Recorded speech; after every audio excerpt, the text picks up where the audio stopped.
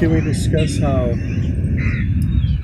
religion and animals come into play, and things that you like to talk about with how animals are treated, and things that you like to share with people when you talk about animals and say religion and things with Hindu? Can you share things?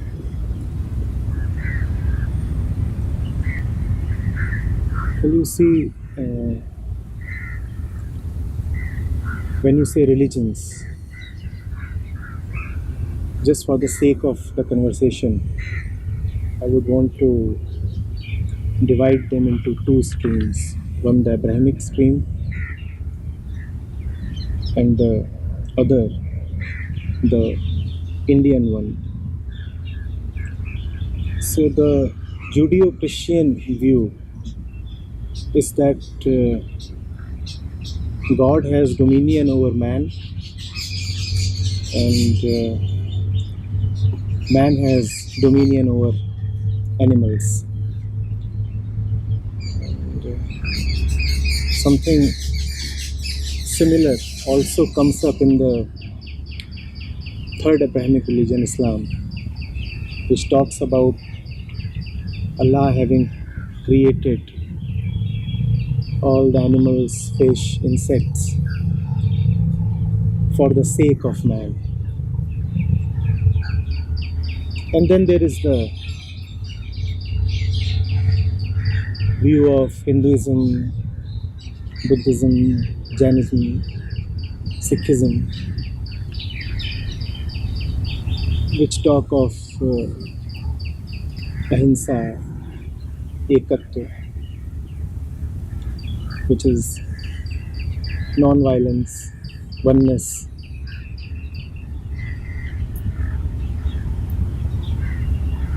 But I'm not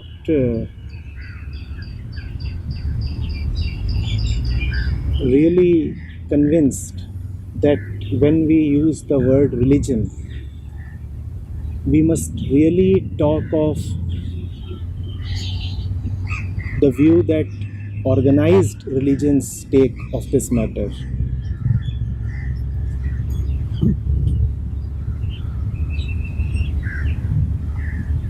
The moment religion is organized, it becomes something man-made. So I'll take your question to mean that we want to talk about religion as such, man, animals, man's inner world, and man's relationship with the so-called outer world, including animals. So there is man, and man lives according to himself in this so-called universe. This universe that appears to him through his senses. There is no other way man perceives the universe. He perceives it through his senses, and he interprets it through his reason, through his intellect, and through his knowledge and memory.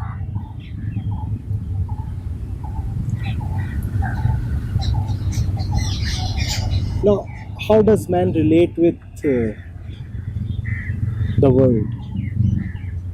How does man know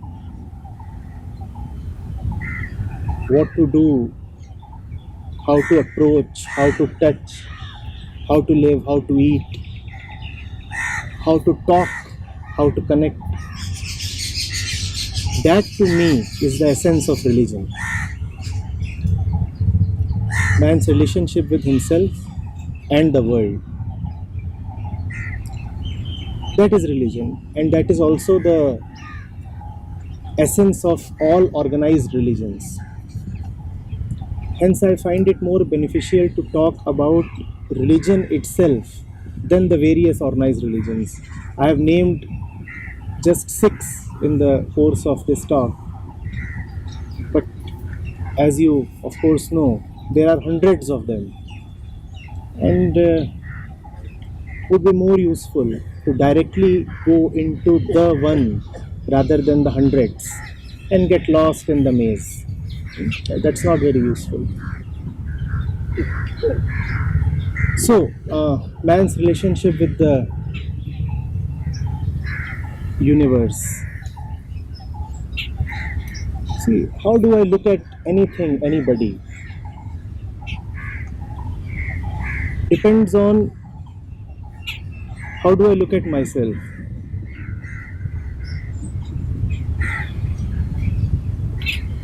If there is a pool of water and I am playful, then the pool of water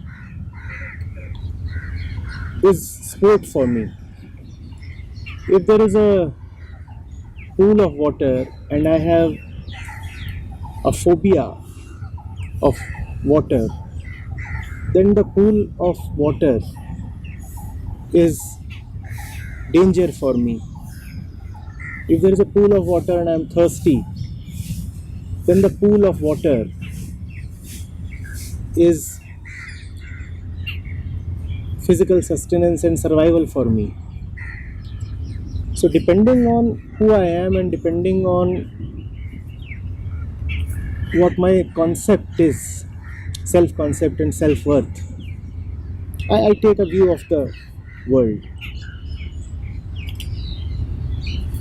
Now if I am someone who is always feeling incomplete within himself,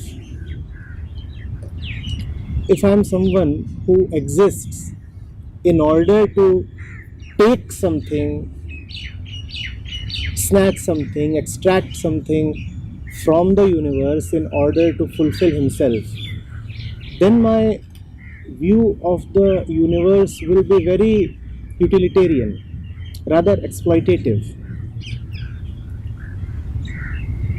So there is that little squirrel there. Even as we talk, she is there with her tail up. How do I look at her? How do I look at her? I could look at her as food, if hunger is what I most identify with. I could look at her as a companion. Whatever is the form she takes for me is very, very intimately related to the form that I have assigned to myself. The squirrel will disappear in a while, and she has indeed disappeared. She is no more there. She is all with herself somewhere. The squirrel will disappear, but that which I carry as myself will not. I will carry it. I will keep carrying it.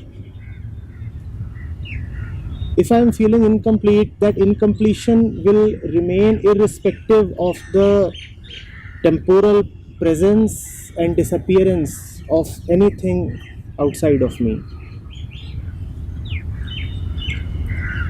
If I always feel hollow and hungry, then everything in the universe is but a resource for me. I will want to exploit the man, the woman, the tree, the rock, the child, the animal, just everything. The extent to which I can exploit would depend on my power. And because to me this exploitation is itself a very important value in life, so I value myself according to my ability to exploit. The more I can exploit, consume, plunder and hold, the more I take myself to be. I am bigger if I can exploit more.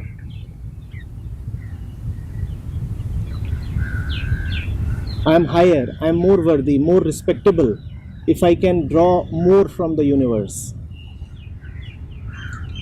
If everything that I have collected as resources as usables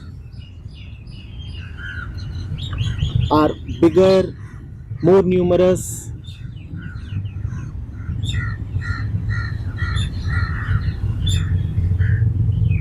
more in utility. If that is how I value myself and I respect myself, then outside of me also I will have value only for that which can exploit. Not to exploit. As a human being, you require the intellect. Animals outside of me do not have that. At least not in the same way as human beings have. Their consciousness does not proceed on the same basis of rationale as a human being's does. Their capacity to exploit is far more limited, even assuming that they might have an intention to exploit, which, as per me, really either does not exist or is extremely limited.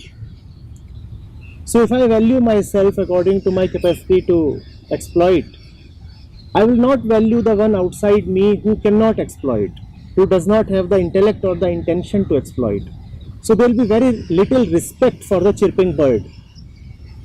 For I can respect her only if she has power. Because I respect myself only when I have power. Some kind of power, power of knowledge, power of wealth, power political, power social, any kind of power. The bird outside of me appears to have so little power. So it is laughable. I can go pick her up,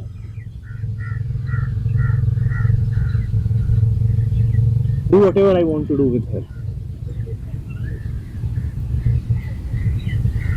Now, if this is how man relates with animals, then man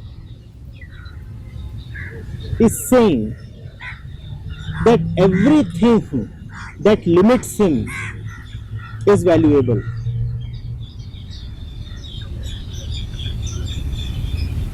We are on the issue of religion. So we have to go into that which we call as an immensity, as God. Now man is proud of his intellect. All exploitation proceeds on that. And in fact,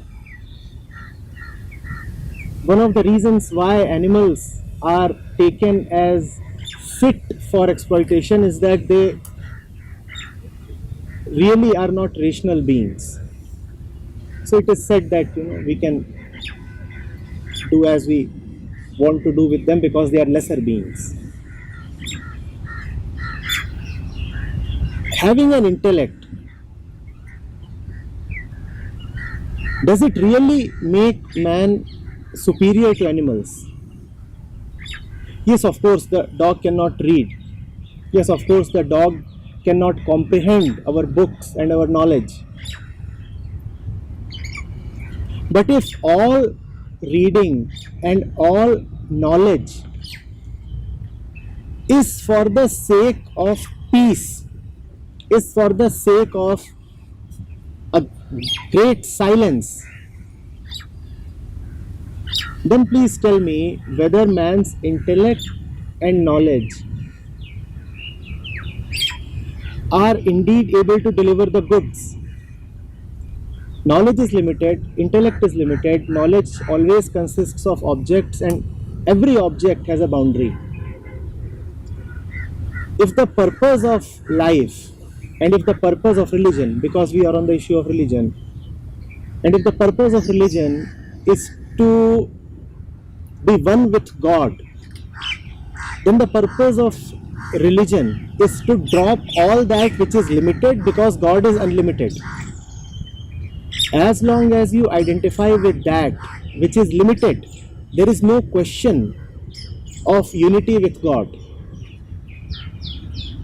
Intellect is limited, and intellect prevents man from closeness with God. You cannot intellectualize your way to silence. I want to now ask, what is closer to goodness and godliness? Man's intellect or the simple innocence of animals?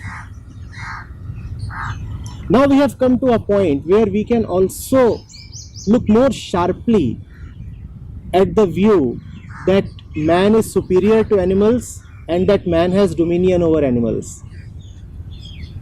I have repeatedly said this and would repeat once again. Is man really superior to animals? If God stands for innocence, then animals are closer to God. If God stands for a simple surrender to the flow of life, then animals are closer to God. If God stands for a basic ability to trust, then animals are closer to God. If God stands for a relation that is deeper than verbal communication, a heartfelt communion, then again animals are closer to God compared to man. But man will live in his self-centered consciousness. Man will say that my greatest asset is my intellect because it helps me do a lot of things with the world. And if man's greatest asset is his intellect, then man will always look at animals as not only inferior but also just things to be had. And he will look at not only animals that way, he will look at everything that way. If you are a man, you will exploit a woman, you will exploit a river, you will exploit everything that you come across. If it were in your power, you would go and exploit the entire galaxy.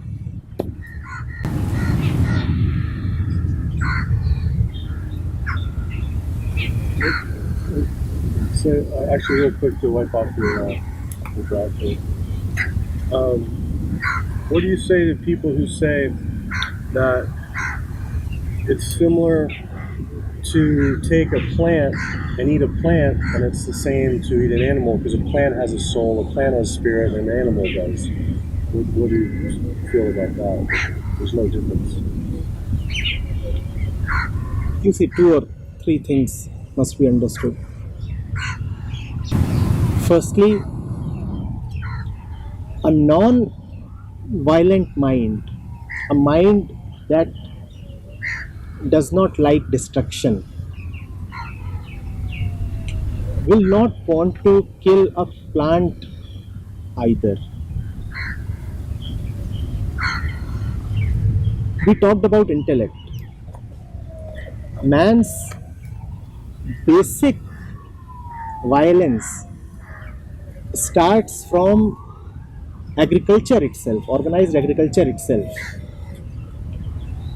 When man started utilizing and exploiting plants, it is one thing to be one with a plant, to be a part of its ecosystem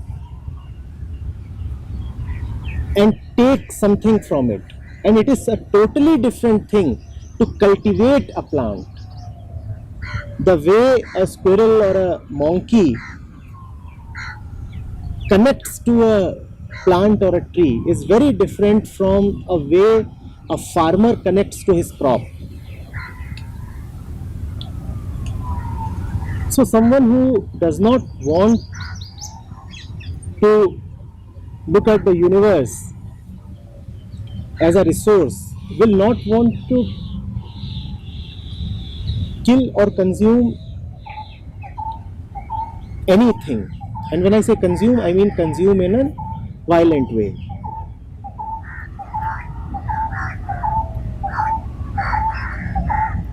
There is enough that a tree offers. There is enough that comes to us from plants and trees, even if we do not kill them. In fact, if you see, when a fruit drops from a tree, the tree in some way wants that the fruit be consumed. When you pick up the fruit, when you consume it, the seeds actually get spread through you. You are being one with the plant, you are actually fulfilling the tree's wish. If you do not pick up the fruit and eat, then it's not a favor to the tree, then it is indifference.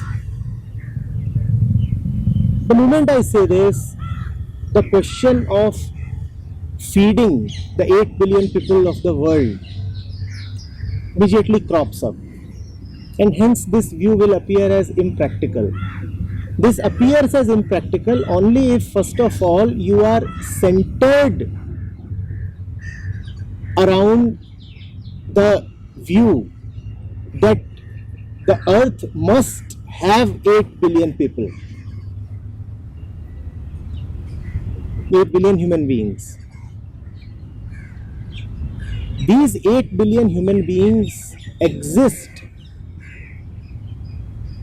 only because they have taken a path that is not really the path of the heart.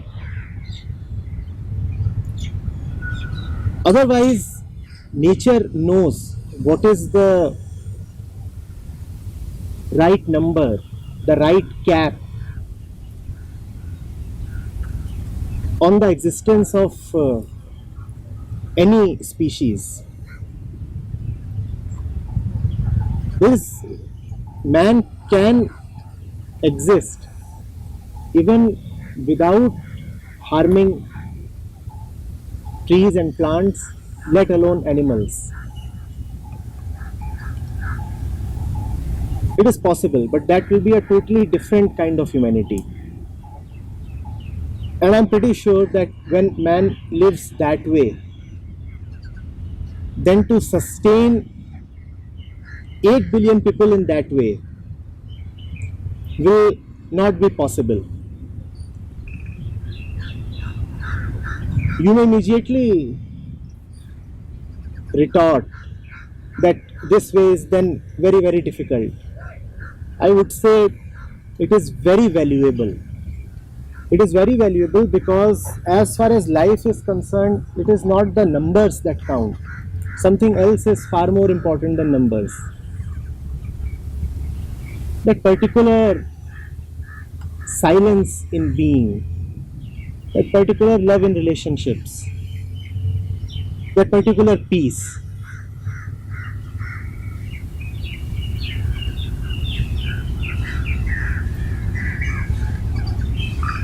Be it a plant, be it an animal, be it a human being, the exploitative mind is the same.